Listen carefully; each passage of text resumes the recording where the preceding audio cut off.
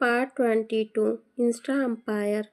वो कहते हैं ना कि बॉस थोड़े मनचले होते हैं। वैसे नक्श तो बिल्कुल भी वैसा नहीं था, लेकिन ब्यूटी को देखकर तो अच्छे अच्छे फिसल जाते हैं। नक्श की नज़र उसकी सेक्रेटरी नंदिता से हटने का नाम ही नहीं ले रही थी। तभी नंदिता ने कहा, सर, जावेरी खानदान से नवीन जावेरी आए हैं। वो शिवानी के पैकेजिंग कॉन्ट्रैक्ट पर साइन करना चाहते हैं और साथ ही साथ नेगोशिएशन करना चाहते हैं। आपको क्या लगता है हमें क्या करना चाहिए? वो इतना जल्दी आ गया? अभी के लिए तुम्हें उसकी चिंता करने की ज़रूरत नहीं है। सीधा जावेरी खानदान को इन्फॉर्म करो, उनसे पूछो कि क्या वो भूल गए मैंने लास्ट टाइम क्या कहा था। अब जब वो भूल गए हैं तो उन्हें जगाना तो पड़ेगा। उनसे कह दो कि मैं उनके साथ की गई पार्टनरशिप कैंसिल कर रहा हूँ। अगर उन्हें हमारे साथ काम करना है तो उनके सारे कॉर्पोरेशन मैटर्स को सिर्फ और सिर्फ अकेले अनीका हैंडल करेगी और किसी को इसमें घुसने की कोई ज़रूरत नहीं है, वरना इस बारे में आगे बात करने में कोई मतलब नहीं है। यह बोलते हुए अचानक से नक्श को एहसास हुआ कि दर्द के मारे उसका सर फट रहा है। अपनी आंख बंद करके नक्श चेयर पर ही पसर गया था और अपने हाथ से अपना सर दबाने लगा था। सेक्रेटरी नंदिता ने अपना सर हिलाते हुए कहा, तो क्या नवीन जावेरी को बैठाकर रखना है और ये बात पहले जावेरी खानदान तक पहुंचानी है? हाँ बिल्कुल। नक्श के मुंह से ये सुनते ही नंदिता कैबिन से निकल गई थी। दूसरी तरफ मेबू अंकल भानुशाली ग्रुप के शानदार ऑफिस में फर्स्ट फ्लोर पर बैठकर सीईओ से मिलने का इंतजार कर रहे थे। मन ही मन वो सोच रहे थे कि उनका नंबर कब आएगा और वो कब मिलेंगे और फेस टू फेस बात करेंगे। बेचारे मेबू अंकल, उनका नंबर तो नहीं आया, लेकिन उनके पास कल्याणी का कॉल ज़रूर आया, जिनसे उन्हें पता चला कि उन्हें यहाँ से निकलना होगा। कॉल रखने के बाद मेबू अंकल के चेहरे पर पजल्ड लुक था। उन्हें समझ ही नहीं आया कि कल्याणी ने उन्हें यहाँ से जाने के लिए क्यों कहा। जब वो सुबह भानुशाली ग्रुप के लिए निकल रहे थे, तब तो कल्याणी के चेहरे पर मेबू अंकल को लेकर फुल कॉन्फिडेंस नजर आ रहा था, तो फिर अब अचानक से कल्याणी की टोन क्यों बदल गई? मन ही मन यह सोचते हुए मेबू अंकल का ध्यान लिफ्ट की तरफ गया। 5 मिनट और इंतजार करने के बाद भी जब भानुशाली ग्रुप में से कोई भी उनसे नहीं मिला तो तुरंत ही वो उस ऑफिस से निकल गए थे। जावेरी खानदान के मैंशन में एक बार फिर से पूरा परिवार इकट्ठा हो गया था।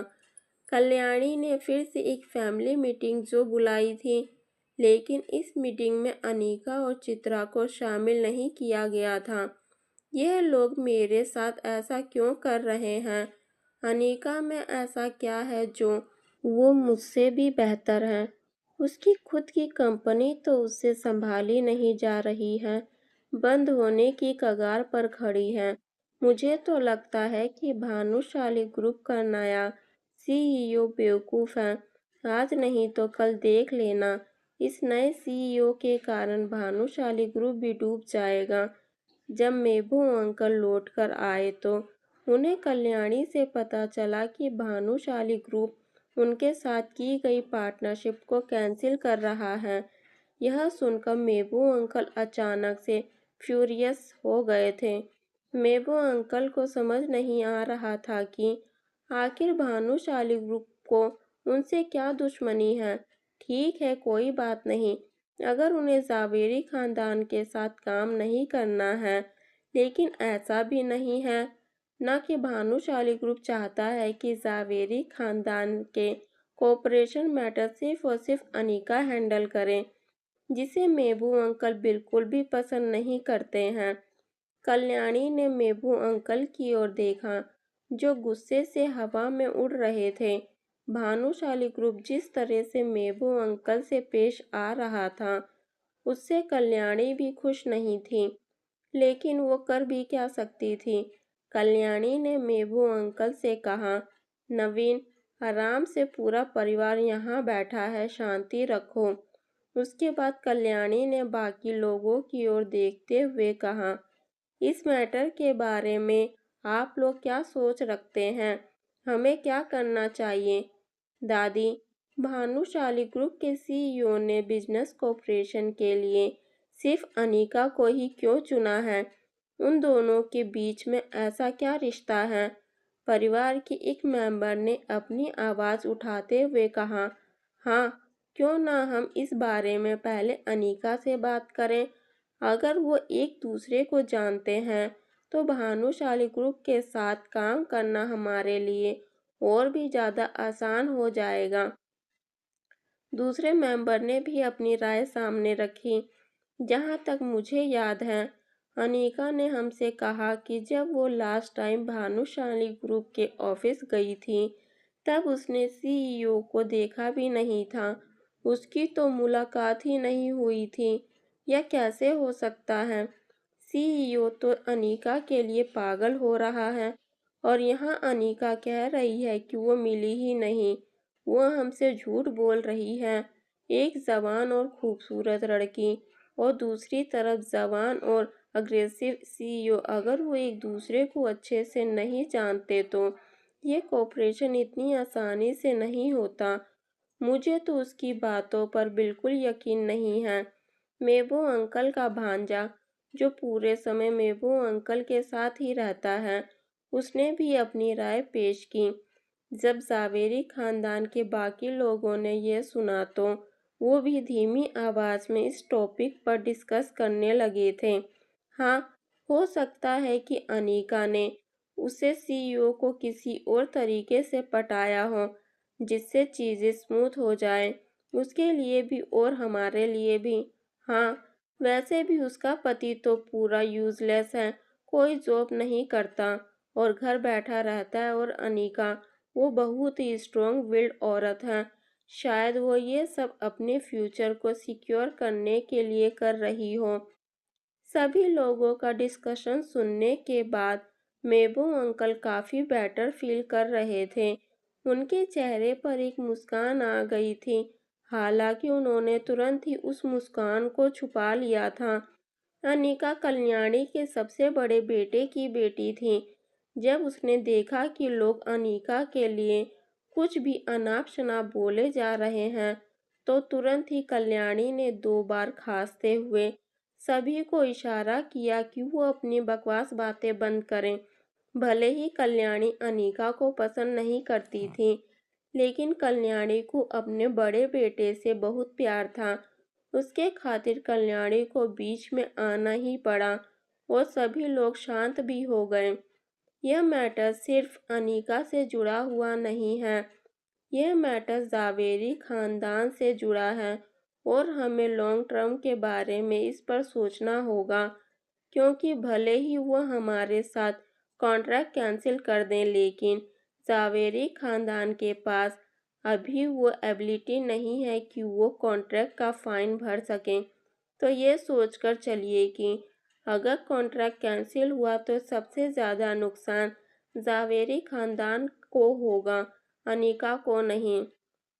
कल्याणी ने सिचुएशन को हार्ड फैक्ट बताते हुए कहा, अगर ताकत की बात की जाए तो भानुशाली ग्रुप की ताकत के सामने जावेरी खानदान कुछ भी नहीं है। अगर भानुशाली ग्रुप कॉन्ट्रैक्ट तोड़ भी देते हैं तो जावेरी खानदान उनका कुछ बिगाड़ नहीं पाएगा। जावेरी खानदान के डिस्कशन का फाइनल रिजल्ट यही निकला कि भले ही भानुशाली ग्रुप का नया सीईओ चाहता है कि अनीका सारा कॉर्पोरेशन मैटर हैंडल करें, लेकिन वो लोग ये नहीं जानते हैं कि अनीका और उस सीईओ के बीच में क्या रिश्ता है। अगर रिश्ता है भी तो वो कैसा रिश्ता है, कितने दिन चलेगा। अगर वो रिश्ता टूट गया तो फिर जावेरी खानदान का क्या होगा। जावेरी खानदान लॉन्ग टर्म प्लानिंग को सोच रहा था और इसी वजह से उन्होंने तय किया कि वो अनीका की जगह किसी और लड़की को चूज करेंगे जो अनीका से हर हाल में बेहतर होगी और अच्छे से इस मैटर को हैंडल कर पाएगी। इसीलिए अनीका की कज़न पल्लवी, जिसकी अभी तक शादी भी नहीं हुई थी, उसे चुना गया। पल्लवी अनीका की जगह लेने वाली थी और कल सुबह भानुशाली ग्रुप जाने वाली थी। आप लोग समझ ही गए होंगे कि जावेरी खानदान ने क्या सोचकर अनीका की जगह पल्लवी को चुना। जी हाँ, अनीका शादीशुदा थी और ऐसे में उन्हें नहीं पता था कि उसके और सीईओ के बीच में क्या चल रहा है, इसलिए वो पल्लवी को बीच में लाना चाहते थे। अगर सीईओ को पल्लवी पसंद आ गई तो फिर तो जावेरी खानदान के बल्ले बल्ले हो जाएगी। वाकई में जावेरी खानदान बहुत लॉन्ग टर्म की प्लानिंग कर रहा था। दूसरी तरफ कंपनी में आधा दिन बीतने के बाद नक्श ने तय किया कि अब उसे घर निकलना चाहिए। सेक्रेटरी नंदिता ने नक्श के लिए नया इलेक्ट्रिक स्कूटर का इंतजाम कर दिया था। हवा से बात करते हुए नक्श घर की तरफ निकल पड़ा। घर पहुंचकर नक्श ने देखा कि घर पर कोई भी नहीं था। नक्श को ऐसी शांत फीलिंग बहुत पसंद थी। नक्श ने अपने लिए मैगी बनाई और खाने के बाद घोड़े बेचकर सो गया। वो तब तक सोता रहा जब तक रात को अनीका घर नहीं आई। जब अनीका ने नक्श के बिखरे हुए बाल और सिलवटे वाले कपड़े देखे तो तुरंत ही उसने नक्श से पूछा, तुम वापस कब आए? क्या तुम पूरे दिन से घर में सो रहे हो? अरे नहीं, मैं तो दोपहर को आया। वैसे क्या तुम्हें आज तुम्हारी दादी का कॉल आया? पानी का गिलास लेकर नक्श अनीका की तरफ बढ़ा जो सोफे पर बैठी थी। अनीका ने कंफ्यूज नजरों से नक्श की ओर देखते हुए कहा, नहीं तो वो मुझे कॉल क्यों करेंगी? ये सुनकर नक्श अचानक से हिल गया और मन ही मन सोचने लगा, लगता है ये कल्याणी अभी भी मेरी बात को सीरियसली नहीं ले रही है। लेकिन नक्श ने अपने इमोशंस को बाहर नहीं निकाले और शांत रहते हुए बोला, अरे कुछ नहीं, मैंने तो बस ऐसे ही पूछा। अपनी दादी का नाम सुनकर अचानक से अनीका को याद आया कि अब उसकी दादी ने कॉर्पोरेशन का सारा मैटर मेबू अंकल के हाथ में दे दिया है। ये सोचकर अनीका को अंदर ही अंदर बहुत गुस्सा आ रहा था, लेकिन उसे इस बारे में अब और नहीं सोचना था। तुम कल रात कहाँ पर थे? अब अनीका का ध्यान पूरी तरह से नक्श पर था। जब उसे याद आया कि कल रात नक्श घर नहीं लौटा तो वो अंदर ही अंदर और भी ज्यादा अनकंफर्टेबल फील कर रही थी। दरअसल अनीका को कल नक्श से बहुत कुछ पूछना था, लेकिन नक्श तो कल घर ही नहीं लौटा। इसलिए अनीका के मन के सवाल अभी भी उसके अंदर ही दबे हुए थे। मुस्कुराते हुए नक्श ने कहा, वो मैं मेरे पुराने दोस्त के घर गया था। बात करते करते बहुत लेट हो गया और फिर मैं उधर ही सो गया। पुराना दोस्त? क्या वो मिस्टर पटेल हैं, होटल प्राइम स्टार वाले? पानी का गिलास नीचे रखने के बाद अनीका नक्श को घूरने लगी। बिल्कुल सही पहचाना तुमने।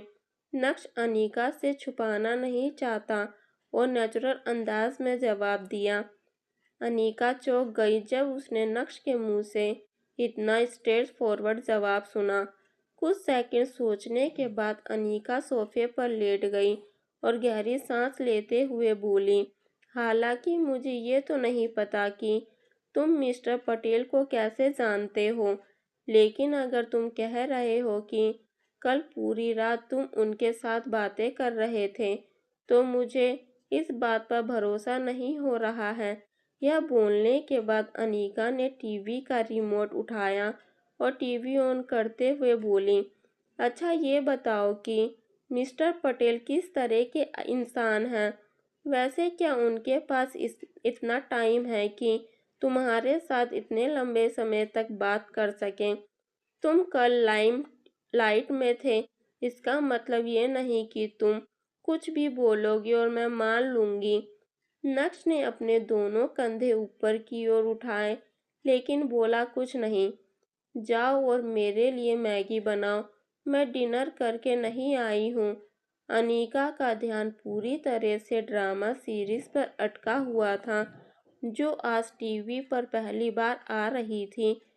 नक्श मैगी को बाउल में सर्व कर ही रहा था कि तभी दरवाजे पर दस्तक हुई और चित्रा भी घर लौट आई थी।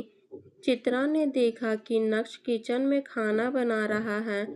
अचानक से उसे याद आया कि आज फोन पर नक्श ने उससे क्या कहा था, और यह सोचते ही चित्रा का चेहरा अचानक से बदल गया।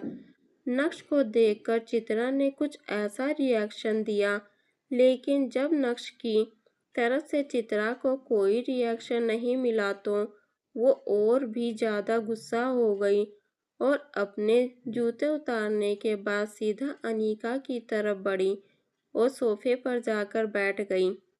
जब अनीका ने अपनी माँ का चेहरा देखा तो तुरंत ही उसने पजल लुक के साथ कहा, अब आपका मूड किसने खराब कर दिया?